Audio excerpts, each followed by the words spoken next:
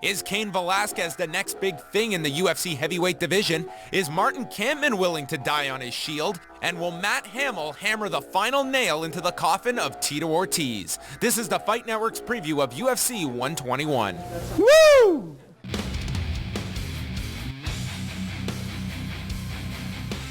Welcome to the Fight Network's preview of UFC 121. My name is John Pollock, and in just a few minutes, John Ramdeen is going to be here as we break down the card for this Saturday's card at the Honda Center in Anaheim, California.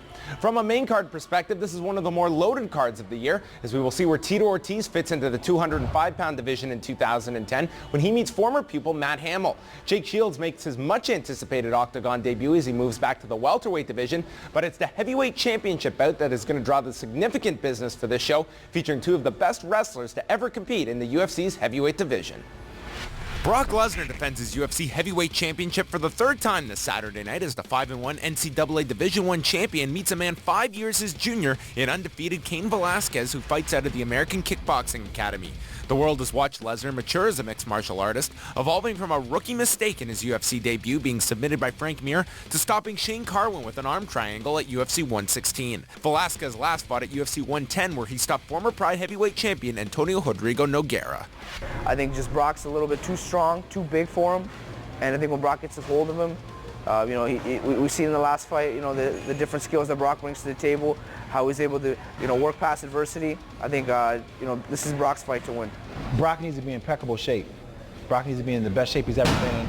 And another thing he needs to do, he needs to be on him like Stank on, you know what, because he can't give Cain Velasquez any room at all. He's the bigger guy, so he needs to use that size.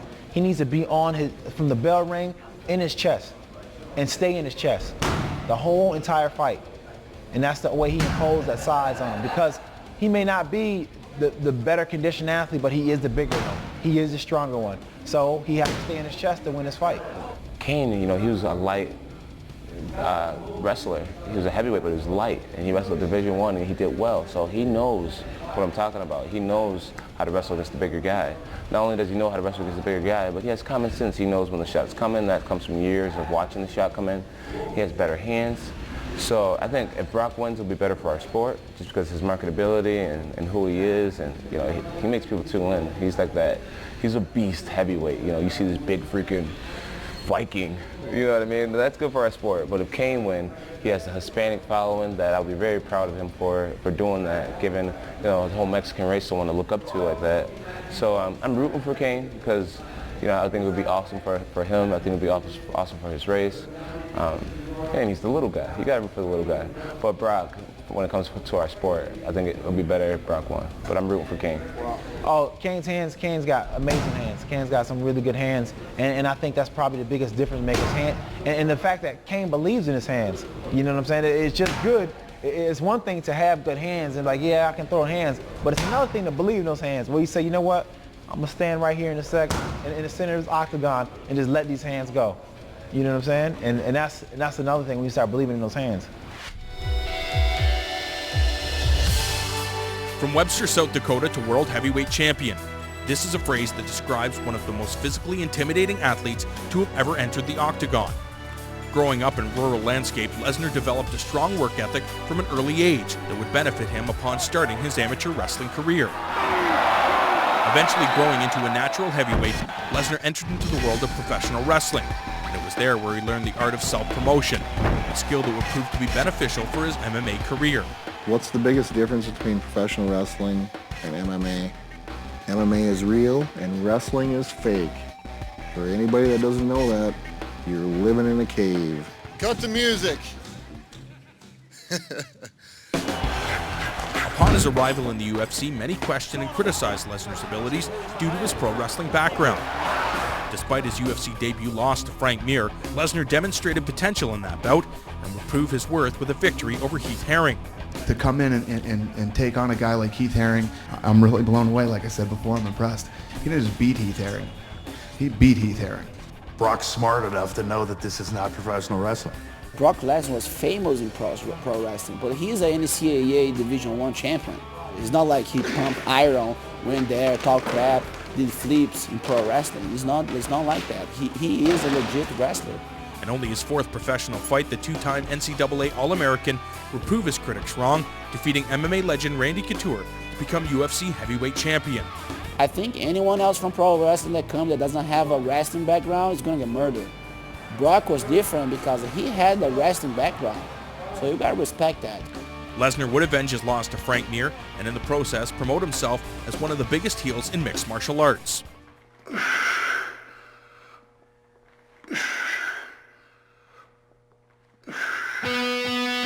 Following a one-year absence from the sport due to a battle with diverticulitis, Lesnar rebounded in his bout with Shane Carwin, proving to the world that he was back and much improved. He showed a lot of heart against Carwin. I think that fight is actually the beginning of Brock Lesnar, that I believe, because we never saw him get murdered like that. He got murdered like that, came back, won, submission. I gotta give a heads up for that. An evolving Lesnar will now take on another difficult test when he meets a man who's younger, faster, and technically superior. Everyone's going to see one of the best fighters that MMA's ever seen. Amazing cardio, etc. I know Cain to be just tremendous, you know. The son of Mexican immigrants, Cain Velasquez proudly represents his culture and utilizes his hard-working ethics instilled by his parents to propel his athletic career. Similar to Lesnar, Velasquez wrestled in college and became a standout athlete. Though professional wrestling is a staple in Mexican culture, Velasquez differed from Lesnar and dove straight into an MMA career. The AKA product is praised for his unrelenting tenacity, which has allowed him to transform into one of the most well-rounded and technical heavyweights in the UFC. I think I have a lot to learn, not just on one part of MMA, on all aspects, whether it be the ground, the wrestling, and the stand-up part of it. I think just because the sport is going so fast that I kind of have to evolve with the sport, or else people are going to be left behind. Velasquez surrounds himself with some of the most elite training partners and minds in the business. We're a team, we blend everything we got together, and I utilize all the strengths and try to, form it as one. As a result, he's maintained a perfect mixed martial arts record and shows significant improvements every time he enters the cage. Shane Carwin was a phenomenal, grappler Division II. Well, Cain Velasquez is an All-American Division I wrestler, and so you have to deal with another really good wrestler, but one that has now developed into an incredible striker. It is said that in order to become a legend, you must first defeat one. And at UFC 110, he proved his worth by becoming the first man to ever decisively knock out the iconic Antonio Minotauro Nogueira.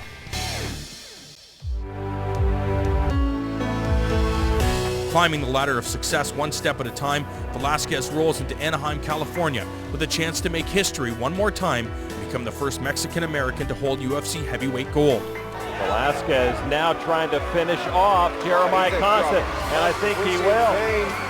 And that is it. That is it. His training camp is perfect. Cain is the best fighter I've ever seen right now.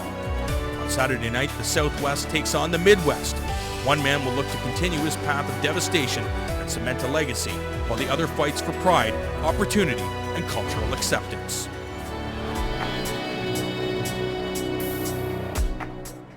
Ladies and gentlemen, a man who feels this Saturday's card is going to be outstanding. John Ramdeen joins us. John, let's chat about the heavyweight main event. It's going to be Brock Lesnar and Cain Velasquez, one of the most anticipated fights of the year. Let's first chat about Cain Velasquez. This is a guy that for years has had an unbelievable reputation coming out of AKA, and I think a lot of people are expecting this Saturday night that we're going to see the very best version of Cain Velasquez. 100%. This guy doesn't need any extra motivation. You saw it on the Countdown show.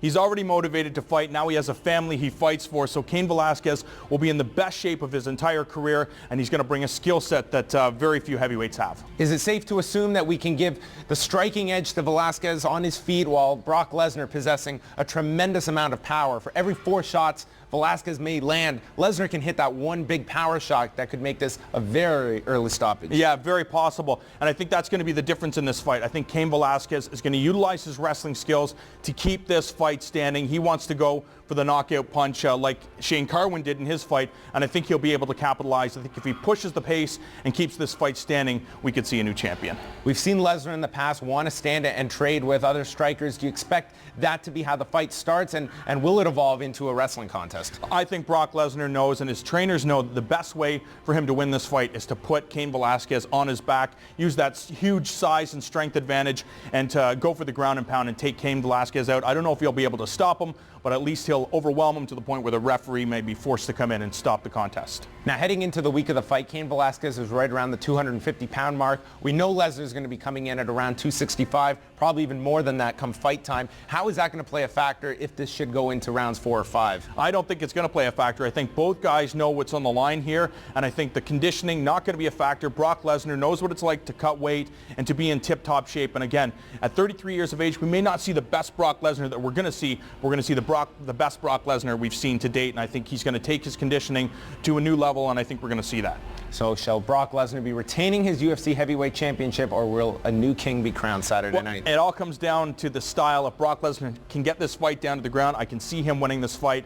But I think Cain Velasquez is too hungry, too skilled, and too powerful, and I think he'll become the new UFC heavyweight champion.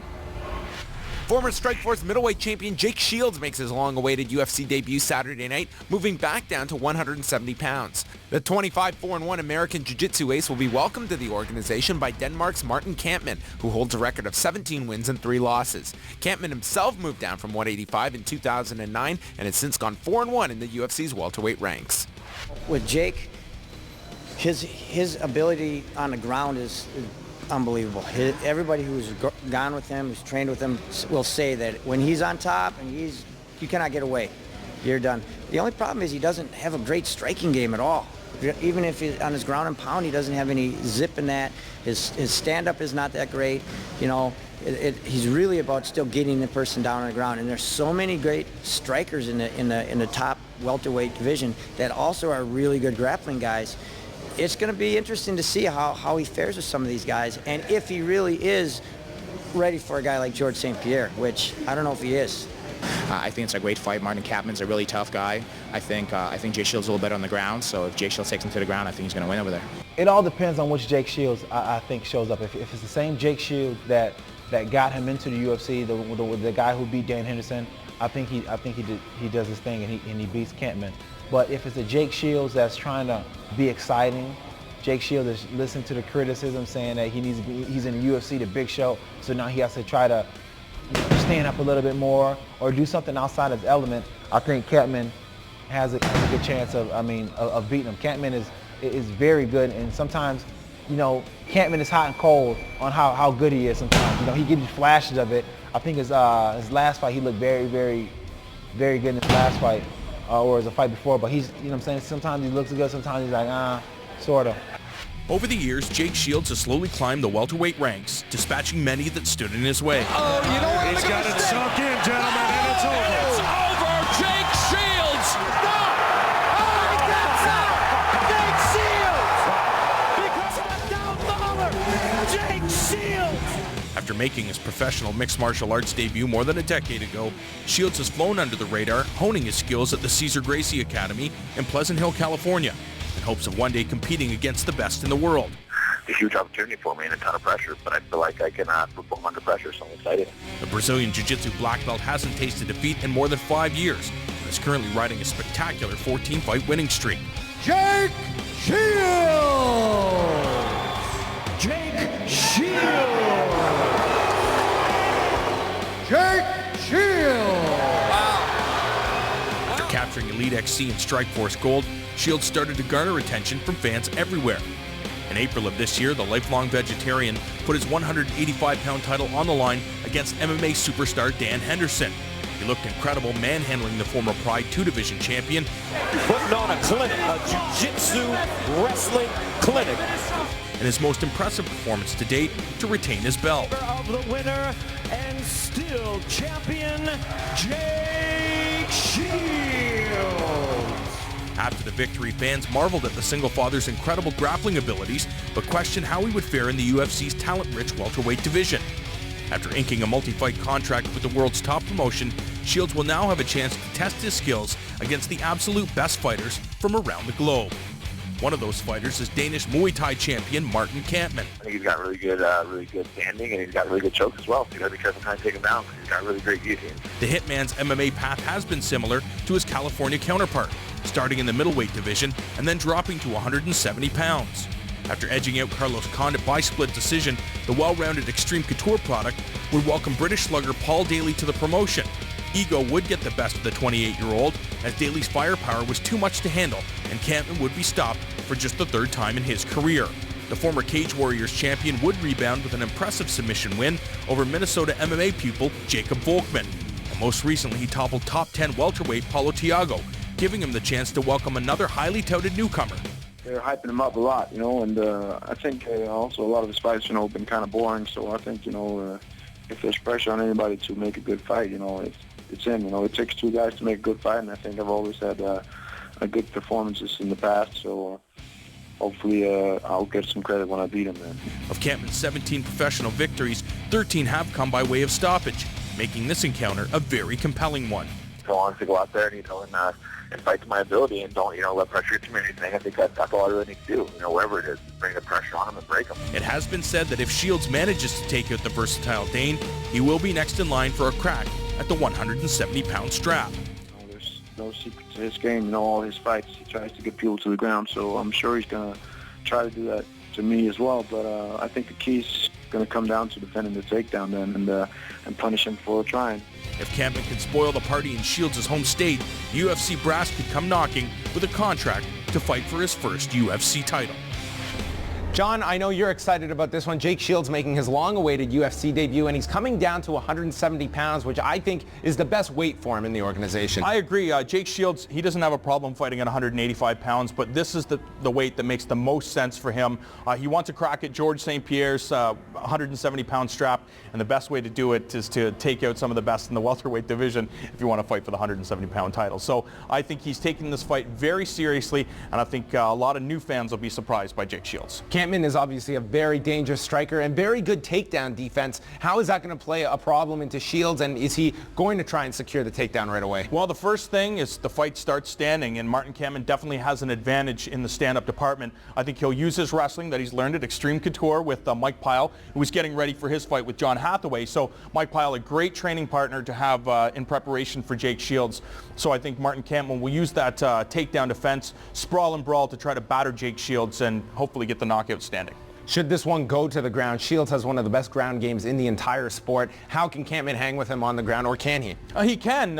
It'll be very difficult to put Martin Kampman away, but Jake Shields has such an incredible grappling ability. All you have to do is go and look at his fight with Dan Henderson. He simply manhandled Henderson, and I think that's probably going to be the same case with Martin Kampman. I think he'll be able to overwhelm him on the ground, maybe not put him away, but at least control him for 3 rounds. Dana White has hinted that should Jake Shields get a victory on Saturday, that he'll be next in line for the winner of George St. Pierre and Josh Koscheck. Do you foresee a Shields victory? I do see Jake Shields winning this fight. I think he's too experienced. He can take a punch, and he trains with Nathan and Nick Diaz as well as Gilbert Melendez. So he'll be prepared, and he said the pressure's on, which is a good thing for him. In another bout that will be contested at 170 pounds, 13-2 Brazilian Paulo Thiago will be taking on the 21-4 Diego Sanchez. Sanchez lived out his own nightmare at UFC 114, being shut down by John Hathaway, and faces a big test in Thiago in his attempt to rebound. To many, mixed martial artists are seen as athletes who push their bodies to its physical boundaries in order to compete in a demanding sport. In addition to physical excellence, a fighter's mental disposition must also be in peak form for combat. Both Diego Sanchez and Paulo Thiago are tough competitors who personify these qualities. Known for his pre-fight intensity, Sanchez made his way into the public eye after defeating Kenny Florian to win the first season of The Ultimate Fighter. Sanchez subsequently knocked off a number of top contenders in the welterweight division before hitting the first roadblock of his career, suffering from back-to-back losses against 2 AKA products. Training alongside prestigious jiu-jitsu professors Saulo and Gianji Ribeiro, Sanchez would rebound and become a true threat upon venturing into the lightweight division. Shanji is the best in the world, and possibly, arguably, the best ever to compete in the sport of Brazilian Jiu-Jitsu. 6-time world champion. It doesn't get better than that. Então, o Diego Sanchez, eu consegui, eu ajudei ele fiz um camping junto com ele, eu ajudei ele na luta dele com o Clay Guida. Foi um atleta excepcional, um atleta que sobe no ringue e se transforma. Sanchez would encounter the second roadblock of his career after failing to capture the lightweight title from BJ Penn and subsequently losing to John Hathaway upon returning to the welterweight category. Following the losses, Sanchez would return to his roots in New Mexico alongside Greg Jackson. I don't know if Thiago can keep up with his intensity. I think that'll be a long fight. I think that fight is going to go to decision. if it goes to decision, I think Diego has a great chance to win. With 2 straight losses plaguing the self-proclaimed Zen master, Sanchez finds himself in a do-or-die predicament, something his opponent has enough experience with.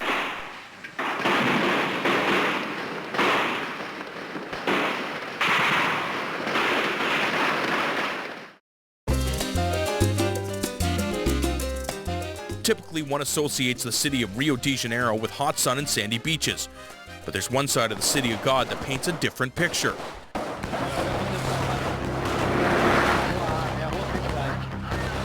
Rio's slums, known as the favelas, have become a breeding ground for some of Brazil's most violent criminals. And it is here where BOPE, a special forces unit specializing in urban warfare and counterterrorism, ply their craft.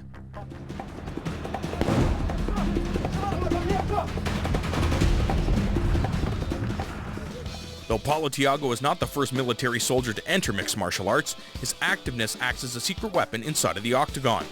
It was under the BOPE organization that the Brazilian native acquired a variety of hand-to-hand combat skills and honed his discipline. Thiago has proven to be a difficult opponent since entering the UFC, having only lost to John Fitch and Martin Kampmann by decision. With a black belt in Brazilian Jiu-Jitsu and Judo, the Brazilian possesses a competent ground game and has demonstrated knockout power after defeating current #1 welterweight contender Josh Koscheck in his UFC debut.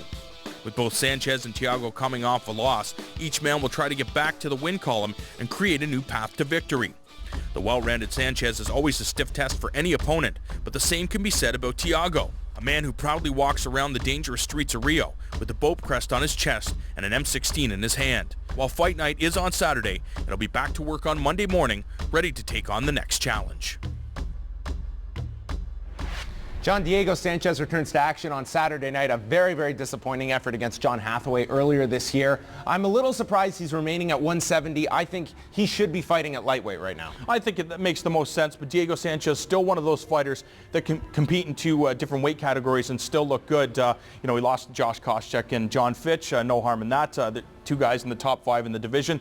Paulo Thiago is a guy that's really knocking on the top 10 door. So Diego Sanchez definitely motivated for this fight and wants to try to put Paulo Thiago on the ground, try to work his top game. And I think if he gets a victory, I think the rest of the welterweights will see that the real Diego Sanchez is back. What do you feel Diego Sanchez has added to his game now that he's back working with Jackson's Mixed Martial Arts out of New Mexico? The game planning of Jackson Winklejohn, I think, is the biggest factor. I'm sure they'll come up with a great game plan, and I'm sure the game plan will be to put Paulo Thiago on the ground, because we've seen Paulo Thiago possesses very unorthodox and underrated striking. He knocked out Josh Koscheck. So Diego Sanchez doesn't want to get caught by Paulo Thiago striking, but Sanchez also has power standing. But I think for him to win this fight is to take it down to the ground.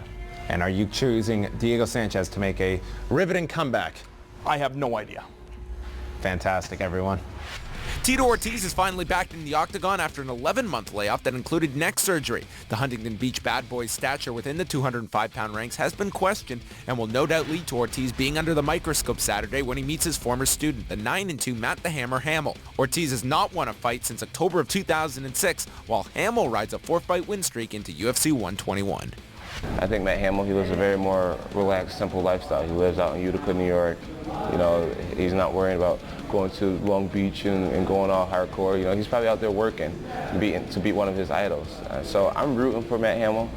I think Tito might have the mental edge on Matt Hamill, but I'm rooting for Matt. Today, mixed martial arts is one of the world's fastest growing sports, consistently selling out venues across the globe and quickly gaining acceptance from the mainstream media. But 10 years ago, MMA was an underground spectacle, fueled by the loyal hardcore audience. During this time, names like Boss Rutten, Guy Metzger, Pedro Hizzo, and Pat Miletich ruled in the squared circle. They showcased their incredible abilities and helped forge a blueprint that would one day help mixed martial arts rival boxing as the premier combat sport. One of the athletes that would break away from the standard fighter mold was a 22-year-old from Huntington Beach, California. Jacob Tito Ortiz brought youth, skill, and a new level of showmanship to the fledgling UFC, giving the passionate die-hard fans something new to cheer about. Nicknamed the Huntington Beach Bad Boy, Ortiz brought a dramatic flair and an interesting approach to his fighting career, which would span over a decade. Ortiz was also an innovator. He improved on the ground and pound style made famous by Mark Coleman, and it became his signature style. He also introduced his own company, Punishment Athletics, to the world of mixed martial arts, which would open doors for numerous clothing and apparel companies. Simply put, Tito Ortiz helped change and define mixed martial arts forever. I've always been there for the fans, and I think people say, yeah, I'm a person that love to hate, but I've always been a person that wanted to give back to my fans.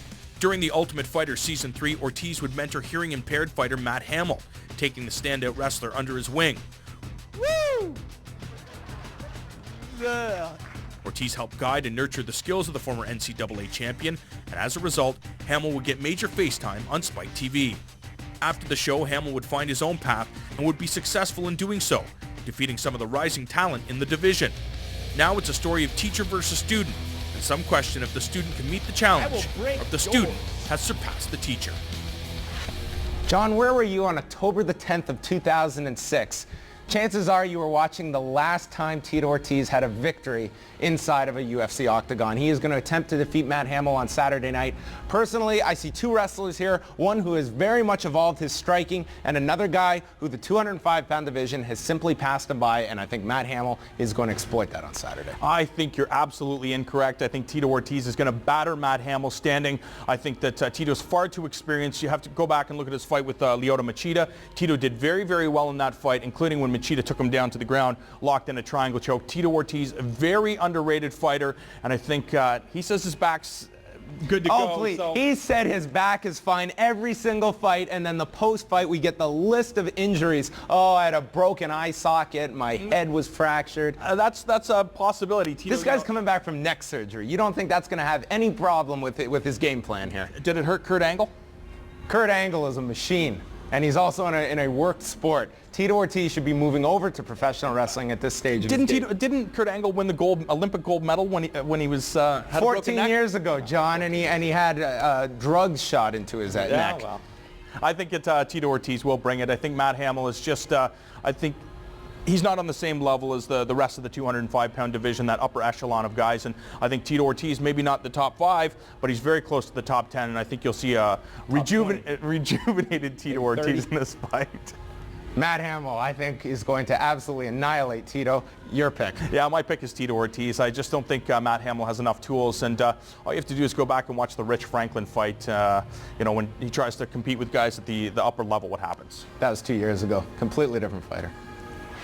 The main card of UFC 121 will be bookended by heavyweight bouts as the pay-per-view will open with the 6-1 Brendan Schaub meeting 11-5 Team Link fighter Gabriel Gonzaga.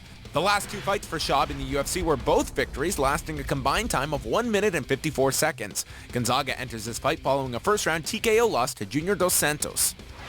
Gabriel Gonzaga was once considered to be at the top of the UFC's heavyweight heap.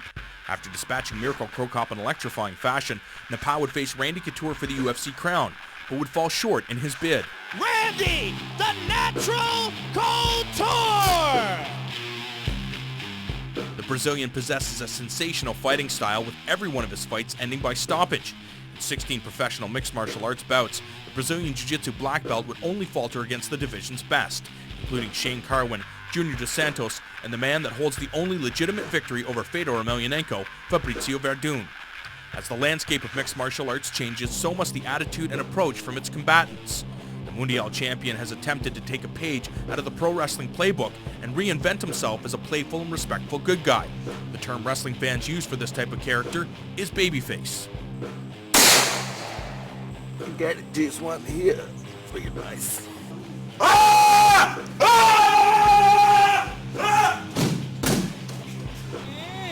Boyola. This position I learned with my master, Marco Alva, Karate Zach. It's all about being noticed, and the 31-year-old will have the opportunity when he takes on Ultimate Fighter runner-up Brendan Schaub. John, a heavyweight bout to round out the main card as we have Gabriel Gonzaga taking on Brendan Schaub. Gonzaga, leading up to the fight, was asked what his game plan is, and he replied, Gabriel Gonzaga, a very interesting character, and one that the heavyweight division should not count out. This is a guy who really has skills in all areas. He possesses big knockout power. His grappling abilities are incredible, and he has great conditioning and great heart, and I think that's going to be the difference. I feel very, very bad for Brendan Schaub in this fight. I just think he's out of his element. He could make a splash in the heavyweight division in years to come, but Gabriel Gonzaga is just on a different level, and I think we're going to see that, and I expect Gabriel Gonzaga to knock out Schaub probably in the first round. Don't go anywhere when we return to look at the preliminary card action at UFC 121, featuring Canadians Patrick the Predator Cote and Sam Stout, as well as Ultimate Fighter Season 11 winner Court McGee, as the Fight Network's preview of UFC 121 continues.